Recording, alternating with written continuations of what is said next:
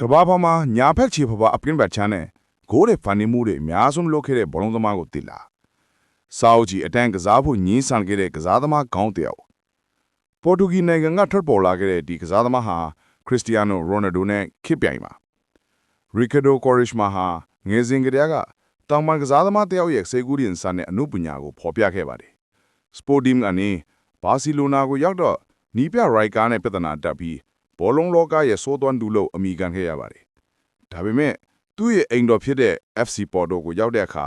Gypsy King လို့အမည်တွင်ပြီးပရိသတ်တွေရဲ့အချစ်တော်ဖြစ်ခဲ့ပါတယ်။သူ့ရဲ့လက်နက်ဖြစ်တဲ့ Dribbler ခေါ်တဲ့ခြေဖွားပင်ပတ်နဲ့ကန်သွင်းချက်တွေ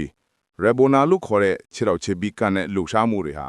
ဘောလုံးစီးမြင့်တွေကိုချိုးဖျောက်ပြီးလှပခဲ့တာပါ။ Quaresma တော့ဘောလုံးကစားတယ်ဆိုတာတာမန်ကစားခြင်းမဟုတ်ပဲဖျော်ဖြေမှုဖြစ်ပါတယ်။အင်တာမီလန်မှာနီးပြမော်ရီညိုလက်အောက်မှာအခွင့်အရေးနည်းခဲ့ပေမဲ့ပရှီသက်မှာတော့သူဟာဒန်တာရတာတပါလို့ထက်ခဲ့ပါတယ်။နောက်ဆုံးမှာတော့သူ့ရဲ့ကစားသမားဘဝအထွက်တိုက်ကတော့2016မှာပေါ်တူဂီအသင်းနဲ့အတူယူရိုဖလားကိုရယူခဲ့ခြင်းပါပဲ။သူဟာစွမ်းရည်အပြည့်ရှိခဲ့ပေမဲ့စီးကမ်းမဲ့တယ်လို့ဝေဖန်ခံရသူပါ။သို့ပေမဲ့ဘောလုံးသမားတယောက်ဟာစိတ်ကူးရင်ဆန်ပြီးလှပနေဖို့လိုတယ်ဆိုတဲ့ယူဆကိုတက်တည်ပြခဲ့သူပါ။နောက်ထပ်ဘယ်ကစားသမားအကြောင်းသီးလိုပါသလဲ။ကိုမတ်မပြောခဲ့နော်။